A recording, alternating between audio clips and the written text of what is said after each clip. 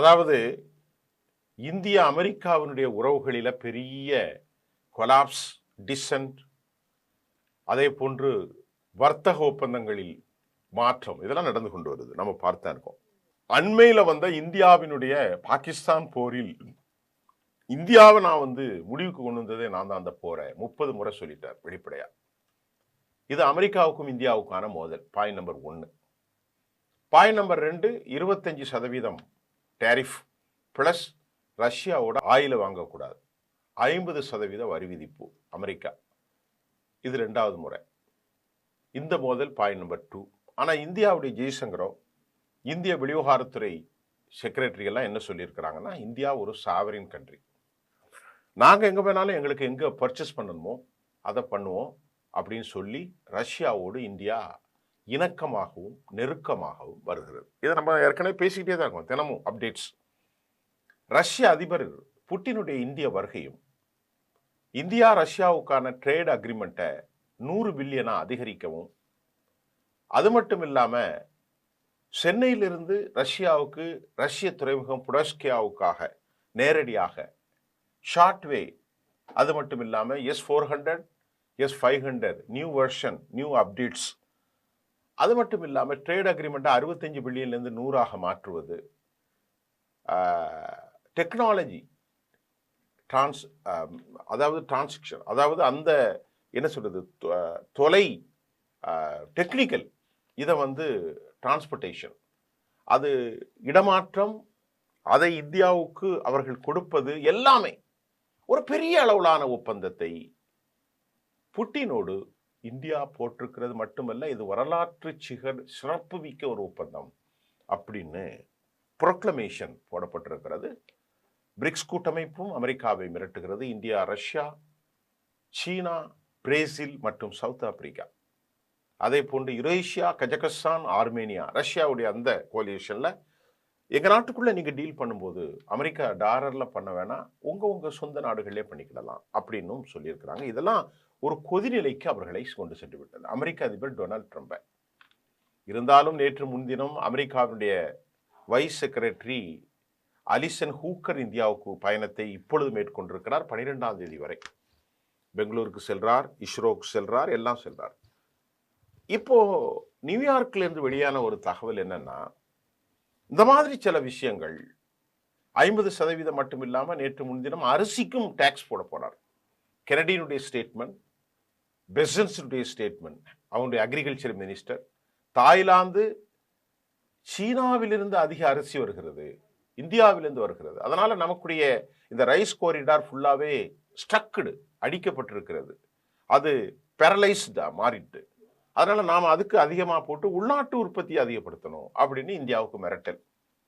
இதுக்கு இடையில இந்தியா உறவுகள் ஏற்பட்ட விரிசலுக்கு மத்தியில பாகிஸ்தானின் பழமையான F-16 போர் விமானங்களை, ஏற்கனவே F-16 அவங்கள்ட்ட இருக்கு, அது பழமையான புதுசு இல்லை, முன்னாடி கொடுத்தது, அந்த F-16 போர் விமானங்களை புதுப்பிப்பதற்காக 686 மில்லியன் US டாலரை அமெரிக்கா பாகிஸ்தானுக்கு வழங்குவதாக அறிவித்திருக்கிறது. அது மிகப்பெரிய சர்ச்சை மட்டுமல்ல, அதனுடைய தொகை வறுமையில் இருக்கும் பாகிஸ்தான் இந்திய மதிப்பில் 5700 கோடி, அதாவது ஒரு 6000 கோடி அதிகம் அளவிற்கான மதிப்பீட்டை பாகிஸ்தானுக்கு அமெரிக்கா வழங்கியிருப்பதன் மூலம், இராணுவ செயல்பாட்டில் F-16 வலிமைப்படுத்துவதற்காக கொடுத்திருப்பதன் மூலம் அமெரிக்காவுடன் தனது உறவை பாகிஸ்தான் மேம்படுத்துவது மட்டுமல்ல, அமெரிக்காவும் அறிவித்திருக்கிறது. தனது உறவை மேம்படுத்த தீவிரமாக முயற்சி செய்த சில வாரங்களிலே இது மாதிரியான ஒரு அறிவிப்பு வந்துள்ளது, நாங்கள் பாகிஸ்தானுக்கு ஆதரவாக இருப்போம் அப்படிங்கிறது அமெரிக்கா ப்ரோக்ளைம்ஸ், ஒரு பிரகடனம். அமெரிக்க அதிபர் டொனால்ட் ட்ரம்ப் தனது 2வது பதவி காலத்தில் இந்தியாவுடன் உறவை புதுப்பிப்பது பெரிய அளவிலான ஆர்வத்தை காட்டவில்லை என்று கூறப்படுகிறது. ஏன்னா முதல்ல மோடி அவர் வருவதற்கான கேம்பெயின்லாம் இறங்கினான்னு சொல்லப்பட்டது. ஆனா இப்ப அதெல்லாம் இல்லை, கடுமையான எதிரியாக மாறி இருக்கிறார்கள். ஏனென்ன எதற்கு அப்படின்னு சொல்லப்படுகிறதுனா, பாகிஸ்தான் அதிபர் பாகிஸ்தானுடைய இராணுவ தளபதியை அசீம் முனீர் மற்றும் அதிபர் சபாஸ் போன்றவர்களை ட்ரம்ப் பாராட்டினார், விருந்து கொடுத்தார். ட்ரம்ப் கடந்த ஜனவரி மாதம் 19ஆம் தேதி அமெரிக்காவுடைய அதிபராக பதவியேற்றதில் இருந்தே அவர் இந்த 2வது முறை பாகிஸ்தானோடு உறவை நெருக்கமாக்க விரும்புகிறார். பாகிஸ்தானும் நெருக்கமாக இருக்கிறது. அதன் விளைவாக இன்டர்நேஷனல் மானிட்டரி ஃபண்டிலிருந்து ஒரு $4 பில்லியன் $4 பில்லியன் ஒரு 36,000 கோடி இந்திய மதிப்பிற்கான பணங்கள் அவர்களின் பண விதிப்பில் ஒரு 40,000-45,000 கோடி கொடுக்க போறாங்க. அது பாகிஸ்தானுக்கு பெரிய வலுவு. இப்பொழுது ஒரு கிட்டத்தட்ட ஒரு $6,000 ரூபாய். இந்த மாதிரி பல நிலைகளில் தனது உறவுகளை பிணைப்பாக்க அமெரிக்கா விரும்புவதன் பின்னணியில் பல காரணங்கள் இருப்பதாக இப்பொழுது வெளியாயிருக்கிறது. அமெரிக்கா விரும்புகிறதா இல்லையா என்பதை தாண்டி டொனால்ட் ட்ரம்ப் ரொம்பவே தனிப்பட்ட முறையில் பாகிஸ்தானுடைய உறவை விரும்புகிறார். ஏன்னா அமெரிக்காவிலிருந்து பாகிஸ்தானுக்கு அதனுடைய தூதர்கள் மைக் ரூபினோ, மேரி பில்டன் இவர்களெல்லாம் எதிர்ப்பு தெரிவித்திருக்கிறார்கள். இருந்த போதிலும் டொனால்ட் ட்ரம்புடைய குடும்பத்தினர், அவருடைய நெருக்கமானவர்கள் மற்றும் அவருடைய பிசினஸ் பார்ட்னராக உள்ளவர்கள் எல்லோரும் ஒரு கிரிப்டோ கரன்சி ஒப்பந்தங்கள், அரிய பூமி கனிமங்களை பாகிஸ்தான் வாரி வழங்குவதாக அறிவித்தது. நல்லா கவனிங்க. இதெல்லாம் பாகிஸ்தானிலிருந்து அமெரிக்காவுக்கு இந்த கனிமங்கள் எல்லாம் செல்ல போது ஆப்கன் பார்டர்ல இருந்து நினைக்க போகுது. இந்த தீவிரமான ஒரு ராஜதந்திர நடவடிக்கைகள் தான் அமெரிக்காவினுடைய வெளிவகார கொள்கைகள் மாற காரணம் என்கின்றார்கள். அதுல ஆப்கானிஸ்தானோடு ஒரு செக் அண்ட் பேலன்ஸ் வைப்பதற்கும் அவர்கள் பாகிஸ்தானை பயன்படுத்துகிறார்கள்.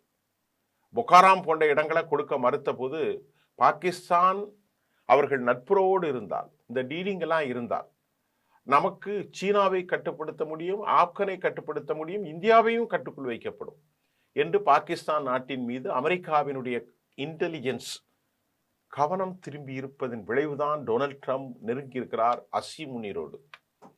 அதிபர் ட்ரம்ப் இராணுவ தளபதி ஜெனரல் அசீம் முனீரை கடந்த ஜூன் மாதம் சந்திச்சார். செப்டம்பர் மாதங்களில்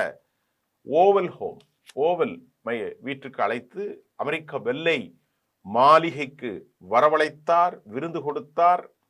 பாகிஸ்தானுடைய பிரதமர் ஷெபாஸ் ஷெரீஃபை இந்த ஆண்டு 3 முறை சந்தித்திருக்கிறாருங்க 8 மாசத்துல. அவர் வந்தது ஜனவரி, இப்ப டிசம்பர், 12 மாசம் ஆயிட்டா. கிட்டத்தட்ட 3 முறை சந்தித்துள்ளார். ஷெரீஃபை பார்த்து ரொம்ப ட்ரம்ப் நல்லவர் என்று பாராட்டுறார். ஃபீல்டு மார்ஷல் என்ற பட்டத்தை கண்டு வியந்து அதை மீண்டும் மீண்டும் மீண்டும் மீண்டும் உச்சரித்து வருகிறார் ட்ரம்ப். நொபெல் பரிசு, ஹீஸ் மேன் ஆஃப் நொபெல், அவருடைய he's man of courage, he's man of இப்படி எல்லாமே சொல்றார். அவர் தான் ஒரு பெரிய தலைவர். சூரிய வம்ச ஒரு பெரிய தலைவர் போன்று டொனால்ட் ட்ரம்பை நொபெல் பரிசுக்கு, அவருடைய ஃபீபா அமைதி பரிசு, இதெல்லாம் அவருக்கு கொடுக்கணும். அப்படிப்பட்ட ஒரு தலைவர் அமெரிக்க அதிபர்னு அரபுகளின் கோலியேஷன் மாநாட்டிலையும் பேசினார். அப்ப அவங்களுக்குள்ள ஒரு பெரிய இணக்கம், ஒரு சூழல், ஒரு அன்பு, பரஸ்பரம் எல்லாமே இருக்கிறத நாம பார்க்க முடிகின்றது. இதற்கிடையே பாகிஸ்தானுடைய சுங்கவரி சலுகைகள் கிடைத்திருப்பது இந்தியாவோ அமெரிக்கா சொன்னபடி கேட்க முடியாது என ரஷ்யாவோடு நெருக்கமாகிறது. 50% வரியை ட்ரம்ப் விதித்தது.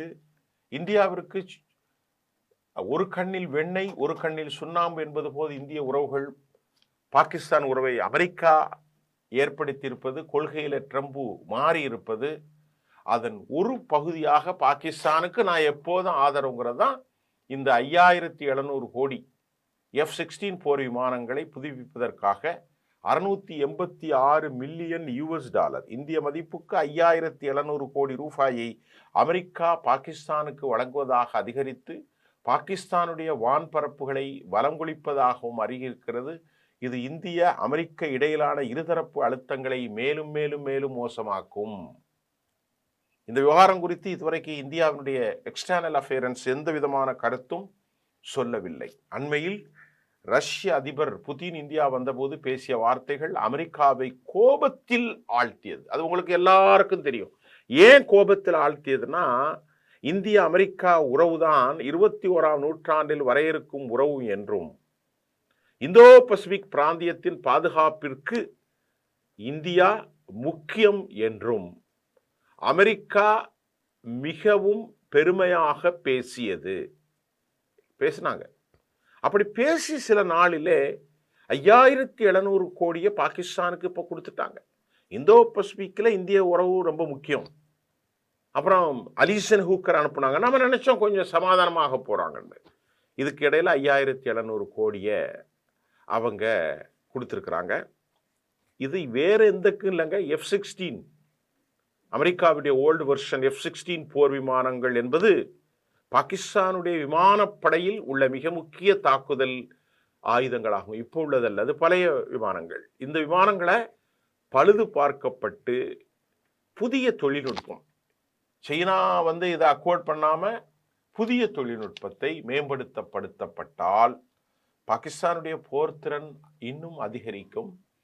எனவே எல்லை பகுதியில் இந்தியாவினுடைய பாதுகாப்பிற்கு அவர்கள் ஒரு நேரடியான அச்சுறுத்தலாக பார்க்கப்படுகிறது. இதை அமெரிக்கா சொல்றான். நீ அவங்க கூட சேர்ந்தா நான் சரிப்படுவேன். பிள்ளையை கிள்ளிவிட்டு தொட்டிலையும் ஆட்டுவது என்பது அமெரிக்காவினுடைய வழக்கம், சிஐனுடைய வழக்கம், பெண்டகனின் வழக்கம், ஓவலுடைய வழக்கம், அமெரிக்காவின் வழக்கம் என்பது மூத்த செய்தியாளர்களின் கருத்தாக இருக்கிறது. அப்ப இப்ப நம்ம தெளிவாக இருக்கிறோம். அமெரிக்காவுக்கும் இந்தியாவுக்கும் உறவு அருந்து தொங்குகிறது. இனி அடுத்த கட்டத்தில் எப்படி செய்ய போகிறார் என்பதை நாம் தொடர்ந்து தான் பார்க்க வேண்டும். அதுவரை நெக்ஸ்ட் அப்டேட்டுக்காக காத்திருங்கள். நன்றி.